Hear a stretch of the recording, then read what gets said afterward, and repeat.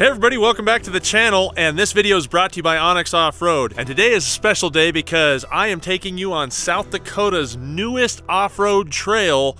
It's called Wermers, with an E.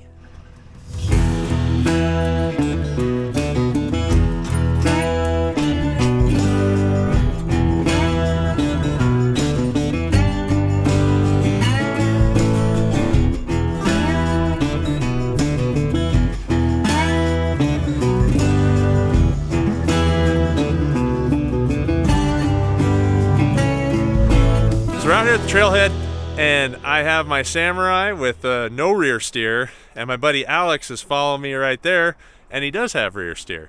But this is going to be a fun day. This trail is actually really special to me for a couple of reasons. Number one, I was the third rig to ever drive this trail. And even though the trail is actually 9 years old from when we put it in, it's probably only had a total of maybe 50 rigs ever that have been on this thing. All right, so like I said, my buddy Alex is here. He's gonna come wheeling with us. We're gonna go knock this trail in the head. I got Ian here, he's back from college. He's gonna sling the camera. If you guys remember my son Ian, and my wife Shanna in the background there, she might be doing a little camera work as well. Or maybe we'll make her throw rocks. I don't know, you wanna throw rocks? I could do that. You should do the Mr. Beast intro. What's up, guys? Today we're doing Wermers, okay? The first ever trail to have Colt builds it rig, right? Okay? And the first person to exit gets $5 million from his pocket. I don't have any money. I'm broke. I don't have that money. All right, let's get today started. Be trash, pick up trash. ColtBuildsIt.com. So this trail on a map, on all maps, looks just like a straight line, and it is far from it. Unfortunately, when you put a trail system in with the National Forest, you do actually walk the entire trail, GPS the entire trail. It's a lot of work, a lot of footsteps to put in. What the National Forest did when they built their mapping system is they compressed it down to fit on a paper map. So there's not a single mapping system on the planet right now, other than the original one that the National Forest has, that shows this trail correctly on how it's supposed to be run, that's broke down tight enough where you can see it. And today we're going to do that on the Onyx Off-road app. So Onyx Off-road is going to have the one and only actual marking trail of how you do this trail, while everybody else is going to have the basic map version that's just sitting on top of a piece of paper that's condensed down.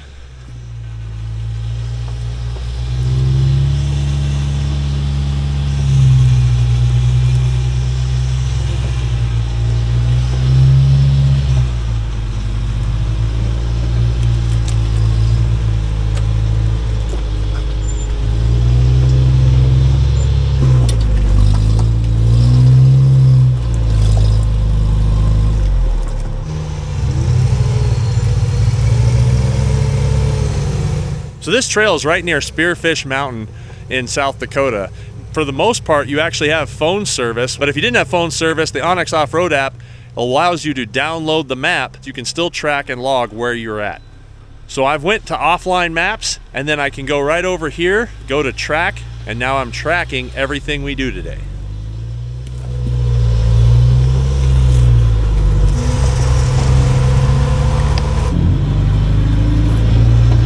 So this part right here is the squeeze.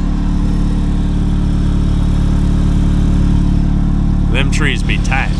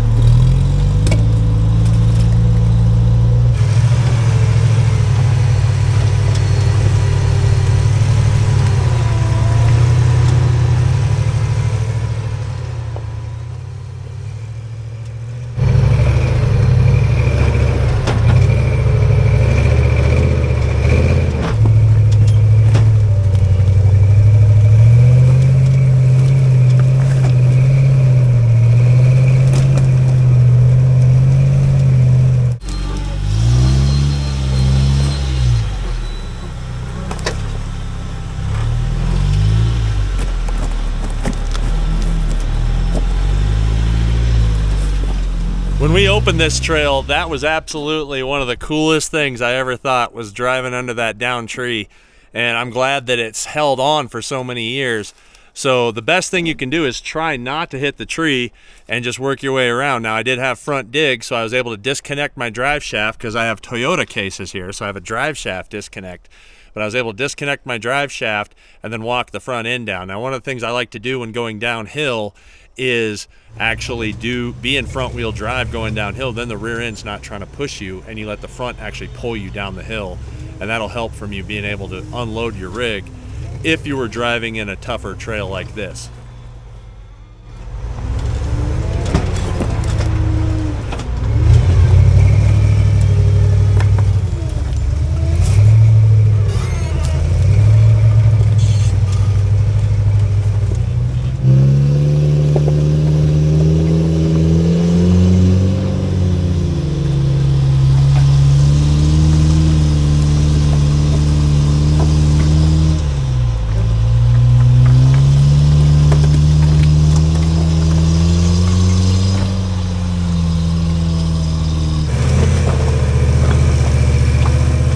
This spot right here is where I took this picture, and this had 4 rigs in it, and this was the first 4 rigs to ever do this trail, that opened this trail and mapped this trail. In the front is Jason Pauly with his Twisted Customs buggy. He designed this trail, and we mapped it this time right here.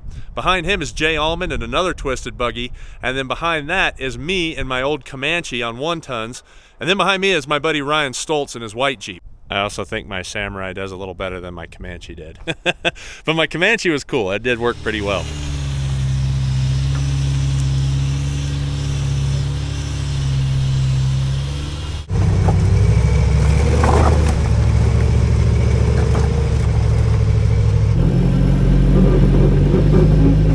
Just like this part right here, it's extremely steep and it's hard to tell on camera, but you are at a ridiculous angle making that 90-degree hairpin. So I put it back in front wheel drive and I come down the hill in front wheel drive, and it makes it a lot safer to drive downhill, especially on these sloppy rocks.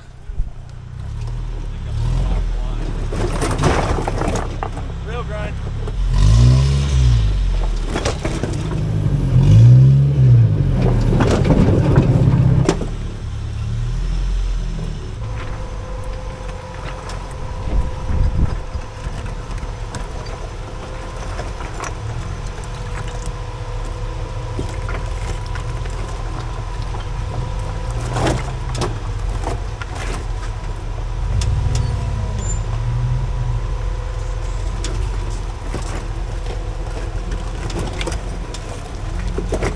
So here's another case in point why having a good mapped trail is going to come in handy. People have been coming up right through here lately because this tree fell down right here, but the trail actually goes right here over this tree and then back around on the other side of it. So they made a kind of a shortcut, not knowing that this is the actual trail this way. So we're going to try to do it. We're going to try to get over this tree. If we can do it and you're out here, you can do it.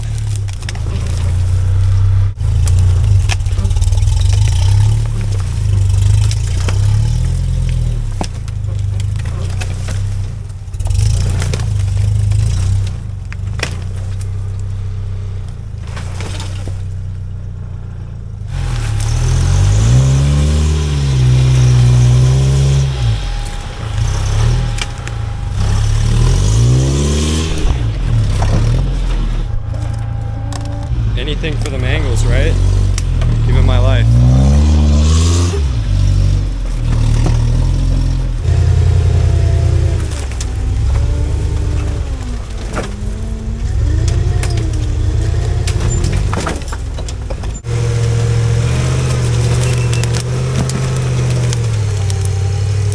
So you can see here how much different this thing is mapping from the actual trail that it has on the condensed map, and that is how it's mapped for the National Forest Service. Just unfortunately, they haven't caught up with the way the Bureau of Land Management, BLM, runs their operation, and hopefully they will soon, and then you'll have much better mapping systems.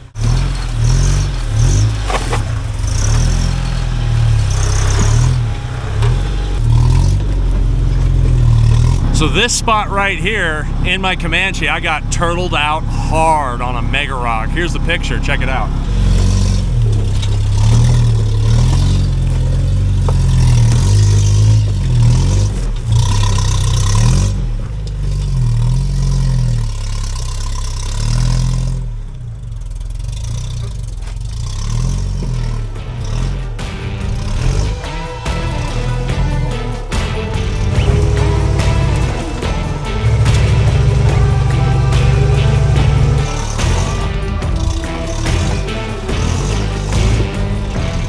Can't tell, there's Alex right there, and this part is steep. This is one of the biggest, steepest parts of this climb.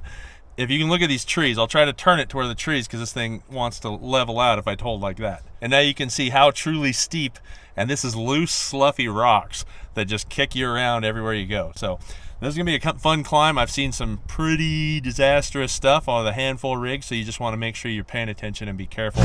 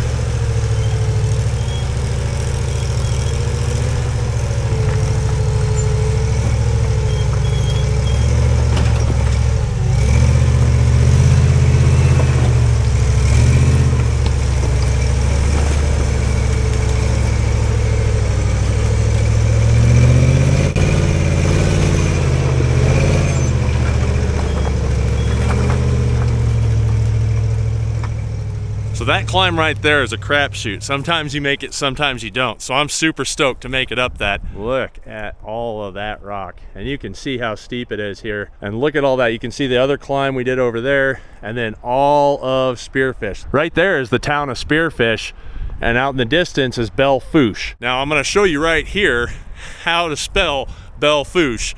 And it's not how you spell it, but that's how you pronounce it. Also, the town of Lead is back this way. It's not lead, it's lead, just FYI. It's next to Deadwood.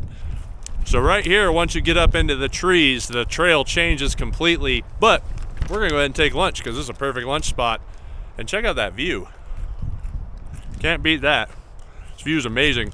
I'm eating this because I always tell Shanna, that's my food girlfriend right there, Elizabeth.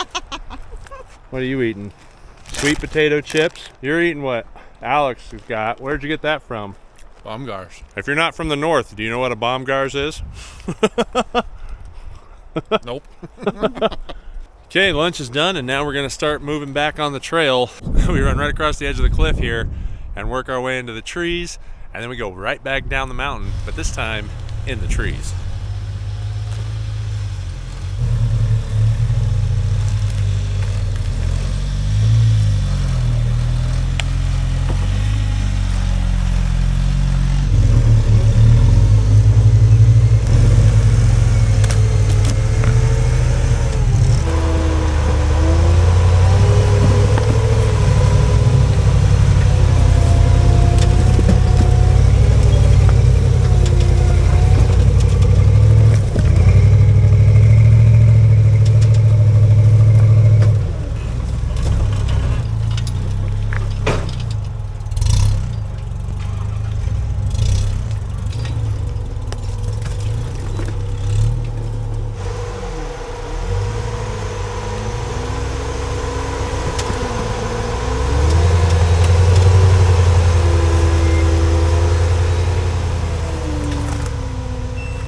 Going down through these trees, they are really tight, so if you got a mega wide rig, you probably aren't going to want to do this trail.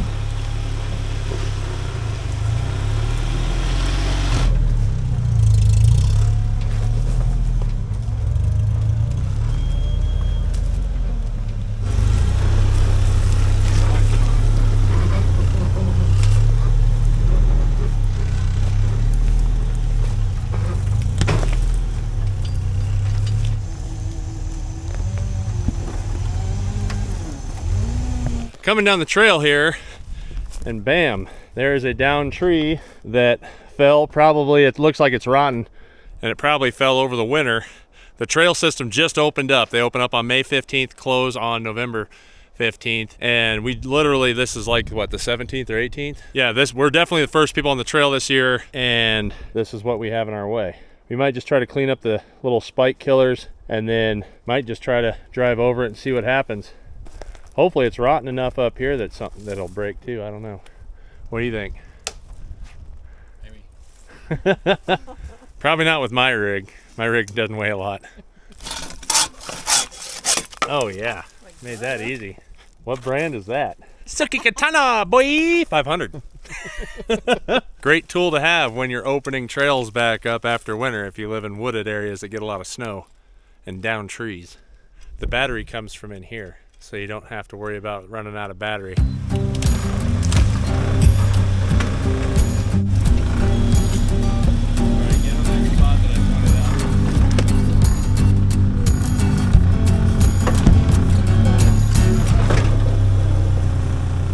When you put in a trail system, it takes about 6 to 10 years to get it from start to actual fruition of being able to put tires on it. And there's a lot of hoops to jump through. And the reason this trail is named Wermers was a man named John Wermers that was part of the Black Hills four-wheelers. He worked on putting this trail system in and unfortunately passed away from an unforeseen heart attack in his mid-40s before even seeing tires on this trail. So that's why this trail is named after him, Wermers with an E and not an O.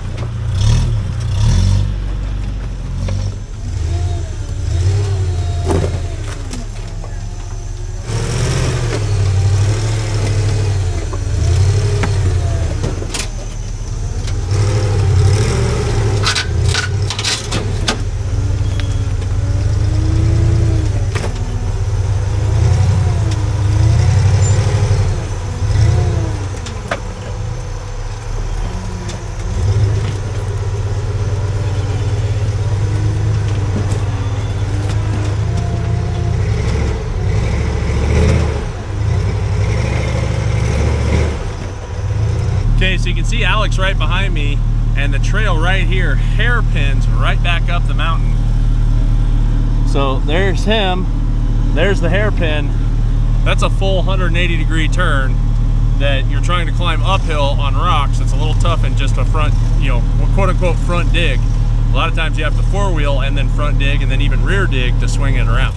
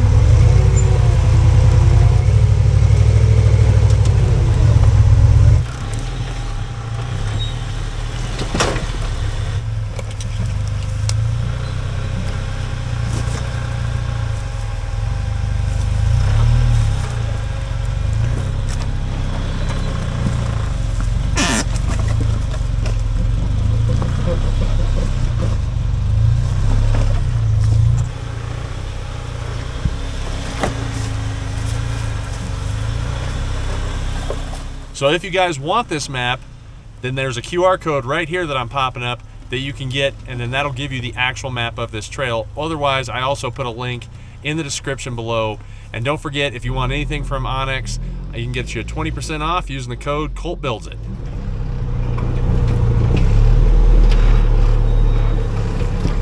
And just when you think you're almost off the mountain, you have another 90-degree hairpin. Let's do it again.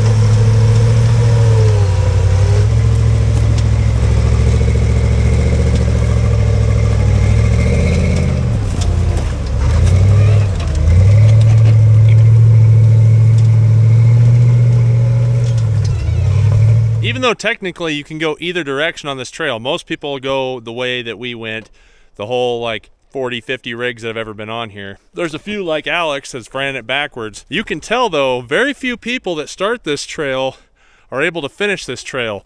Granted, now it's the first of the season, but look at how overgrown it is. And the trees do grow fast here, but you can see that it's just getting grown over, and you can see the 2-track of the trail. Very few people finish, I guess. There's the road. We gotta circle back up.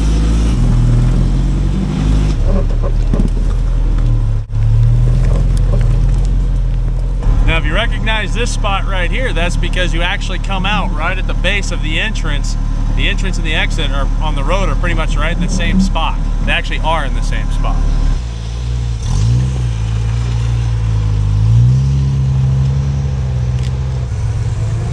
As you can see here, this is totally different than a condensed map. So we have now recorded it to have the actual trail.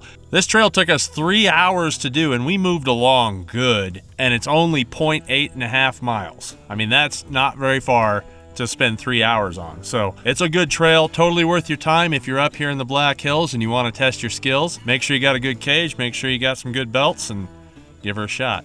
Come to the hills to test your skills. Welcome to Deadwood, South Dakota, where Wild Bill Hickok was shot and killed. In fact, him and Calamity Jane are both buried up on the hill at the cemetery. In fact, Wild Bill Hickok was shot right there. And then he made it about 2 blocks up the hill here before he died.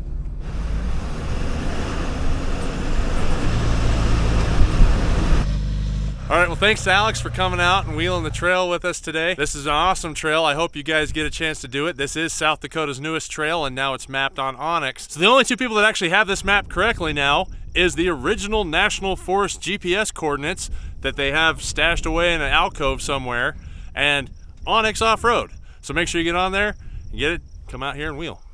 See you next time. Bye. Thanks for watching.